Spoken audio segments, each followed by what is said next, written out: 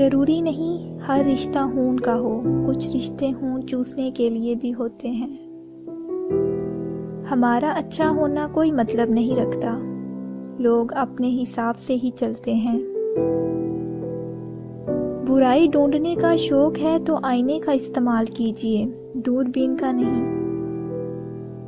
اپنا غم ہر کسی کو مت بتائیں، کیونکہ مرہم ہر گھر میں ہو نہ ہو، نمک ہر گھر میں ضرور ہوتا ہے۔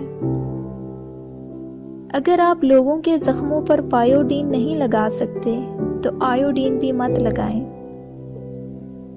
بیوقوف سے بحث کرنے والا عقل مند دیکھنے والے کو بیوقوف ہی نظر آتا ہے۔ جن لوگوں نے آپ کی قدر نہیں کی، آپ بھی ان کی پرواہ نہ کریں۔ مسکرا کر یوں گزر جائیں جیسے آپ انہیں جانتے ہی نہیں ہیں۔ یقین رکھیں نئی منزلیں آپ کی منتظر ہیں۔ مسلسل اہمیت دینے کے باوجود بھی اگر رشتے بے قدرے اور بد مزاج رہیں تو کوئی ملامت نہیں، تب رہنے کی بہترین جگہ حدود ہے۔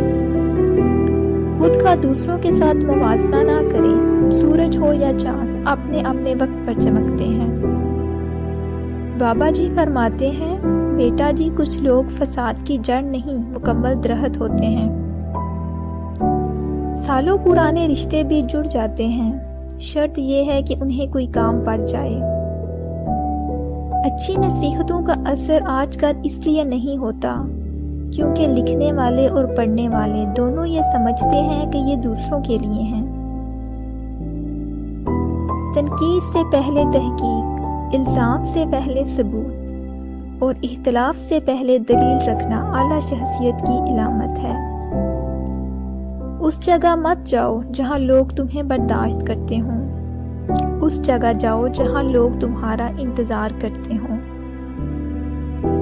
نصیحت کیجیے مگر نصیحت شرمندہ کرنے کے لیے نہ ہو، مقصد دستک دینا ہو، دروازہ توڑنا نہیں۔ زندگی اتنی مصروف بنا لو کہ دوسروں کے عیب دیکھنے کا وقت ہی نہ ملے۔ کسی کی بدتمیزی سے مت گھبرائیں، وہ بس اپنا تعارف کرواتے ہیں۔